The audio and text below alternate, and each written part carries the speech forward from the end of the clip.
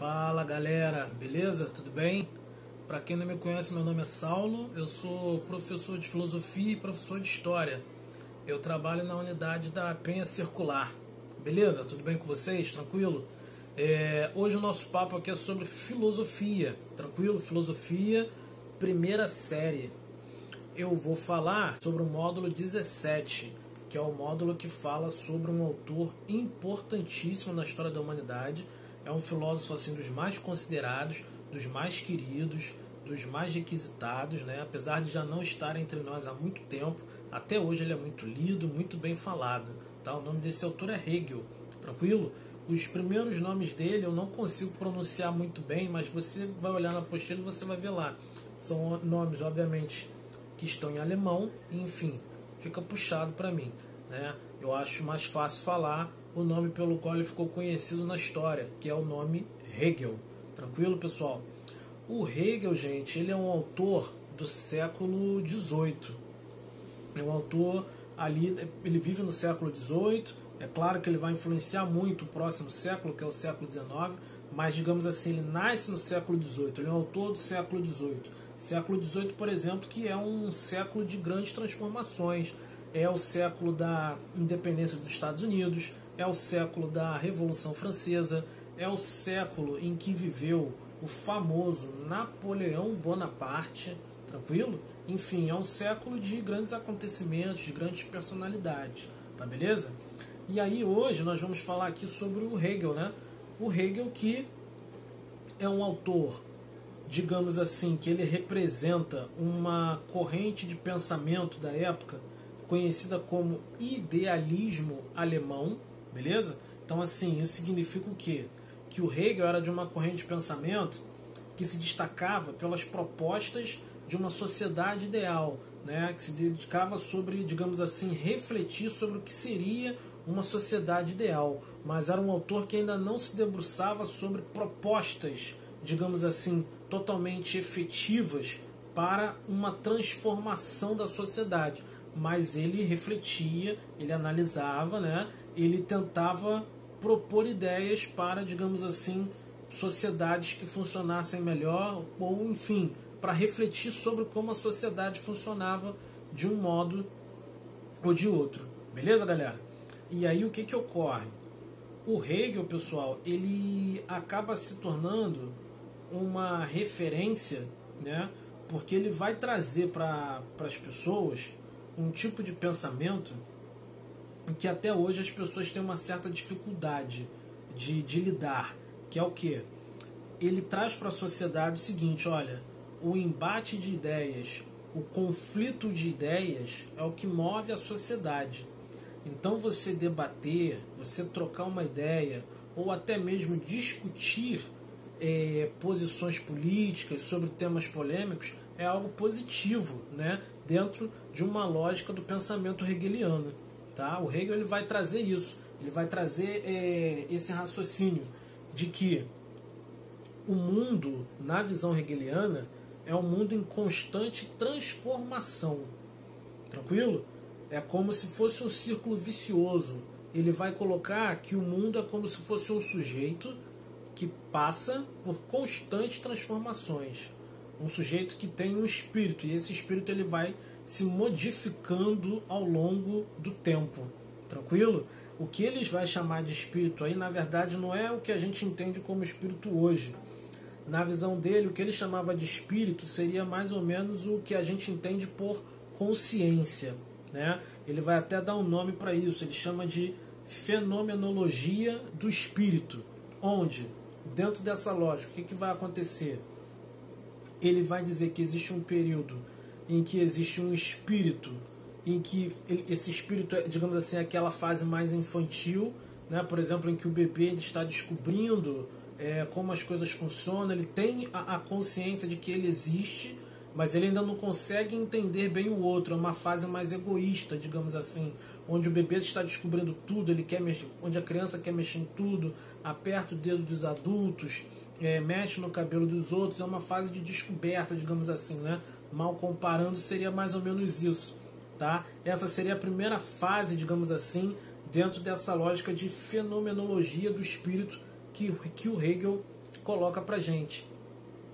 Depois tem a segunda fase, né, que o Hegel vai colocar que existe, digamos assim, o espírito para o outro, ou seja, esse espírito, que na verdade é o que a gente chama de consciência, ele passa a ter, digamos assim, consciência da existência dos outros. Ele começa a entender que ele não vive sozinho, ele começa a entender que existe uma sociabilidade e que ele precisa ter contato, lidar com o outro, se envolver com o outro, se entender com o outro. Tranquilo? E também existe a terceira fase dentro dessa lógica de fenomenologia do espírito, onde o Hegel vai colocar o seguinte, que é quando o espírito, no caso a consciência, ela já está dotada de razão e a partir daí ela consegue lidar com os acontecimentos, lidar com fenômenos, lidar com o outro utilizando a razão. Consegue lidar com a sociedade, consegue expressar a sua sociabilidade de maneira harmoniosa usando a razão. Beleza? Então o Hegel ele vai colocar isso dentro dessa lógica de constante transformação. Essa ideia de uma sociedade que passa por constantes transformações, né, através do embate, através, digamos assim, das contradições das ideias, né, o Hegel vai chamar de dialética. Tranquilo? Essa dialética para o Hegel seria uma espécie de investigação da realidade. Tá beleza? Essa investigação da realidade, através da dialética, seria, digamos assim, ela passaria por 3 etapas, né? Em outras palavras, para o Hegel, o mundo sofre constantes transformações. Essas transformações surgem através de um embate de ideias, de um conflito de ideias, que o Hegel vê como positivo, né? E dentro desse conflito de ideias, ele resume isso como dialética, esse embate. Tranquilo?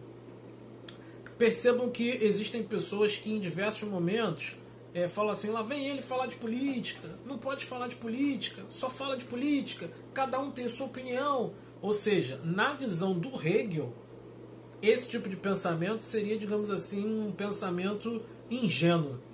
Evitar falar de política, evitar debater assuntos polêmicos. Na visão do Hegel, isso não era algo positivo. Né? Na visão do Hegel, esse conflito de ideias é totalmente positivo. Esse conflito de ideias ele chama de dialética. E essa dialética teria aí uma tripartição, ou seja, ela seria dividida em 3 partes. Quais são essas 3 partes dessa dialética? Nós temos aí a primeira fase dessa dialética, que o Hegel vai chamar de tese. Tá? Essa tese seria, digamos assim, a ideia que é posta naquele momento. A ideia que é colocada, né? A ideia que é defendida por um determinado grupo. E, posteriormente à tese, vem a antítese. A antítese é a ideia que contrapõe a tese. É a ideia que, digamos assim, nega a tese. A negação da tese se chama antítese. Tá? E aí quando você tem tese e você tem antítese, você automaticamente tem o embate de ideias que na visão do Hegel vai mover o mundo. O resultado de tese e de antítese, o Hegel vai chamar de síntese. E essa síntese seria o resultado desse embate. Essa síntese seria, digamos assim, uma espécie de progresso, uma espécie de evolução, uma espécie de conclusão daquele debate. Tá beleza, pessoal? Então, para o Hegel, o mundo é resultado de várias sínteses, né? Ou seja, é resultado, digamos assim, de vários conflitos de ideias conflitantes, né? E a curiosidade nisso é qual? O que tem de interessante nisso? Em diversos momentos você vai ter uma ideia que antes era síntese, mas essa síntese ela acaba se tornando uma tese hegemônica. Então o que muitas vezes vai ocorrer na visão do pensamento hegeliano? Se você tem aqui uma síntese que se torna uma tese hegemônica, então você tem a tese. E as pessoas que vão combater essa síntese, que se tornou uma tese hegemônica, né, as pessoas que vão combater essa ideia vão trazer a antítese. E aí depois desse debate, você vai ter novamente uma nova síntese. E aí essa síntese, o que vai acontecer com ela? Ela se torna uma tese hegemônica. E depois vai ter uma antítese para ela. E depois vem uma síntese. Então percebam que aí você vai ter quase que um círculo vicioso de um mundo em transformações. Um mundo que para o Hegel seria um sujeito. O que muitas vezes se tornou uma síntese, depois acaba sendo uma tese a ser combatida. Tá? E isso nunca para. Para o Hegel é isso que move o mundo. É isso que causa as transformações. O embate de ideias, o conflito de ideias, né? A disputa pelo que a gente chama de narrativa é o que move o mundo na visão do Hegel. Tranquilo, pessoal? Então, a partir daí, nós vamos ter um mundo em constantes transformações. Lembrando, o Hegel ele é um autor que ele representa o idealismo. Então, ele não é um autor que está, digamos assim, preocupado em propor mudanças efetivas. Ele quer fazer uma reflexão sobre aquilo que ele vive e, de repentemente, até chegar a uma conclusão do que seria um mundo ideal, uma sociedade ideal. Né? Mas o Hegel ele ainda fica no campo das ideias. O pensamento hegeliano ele é mais voltado para as ideias, daí o nome idealismo alemão. Né? Agora, o Hegel ele vai influenciar outros autores que aí tinham objetivos diferentes.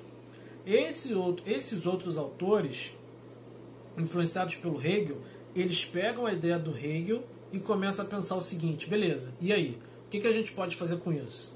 O que a gente pode, a partir da ideia do Hegel, o que dá pra gente fazer? Né?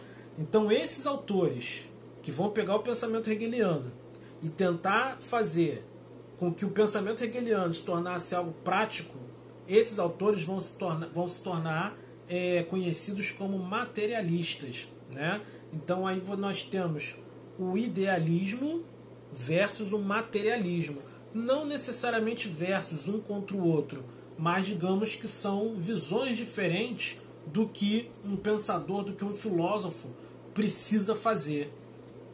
Na visão do idealismo, esse filósofo ele vai refletir sobre a sociedade, vai explicar essa sociedade, de repente propor algo que seria ideal, né? Isso o idealismo hegeliano.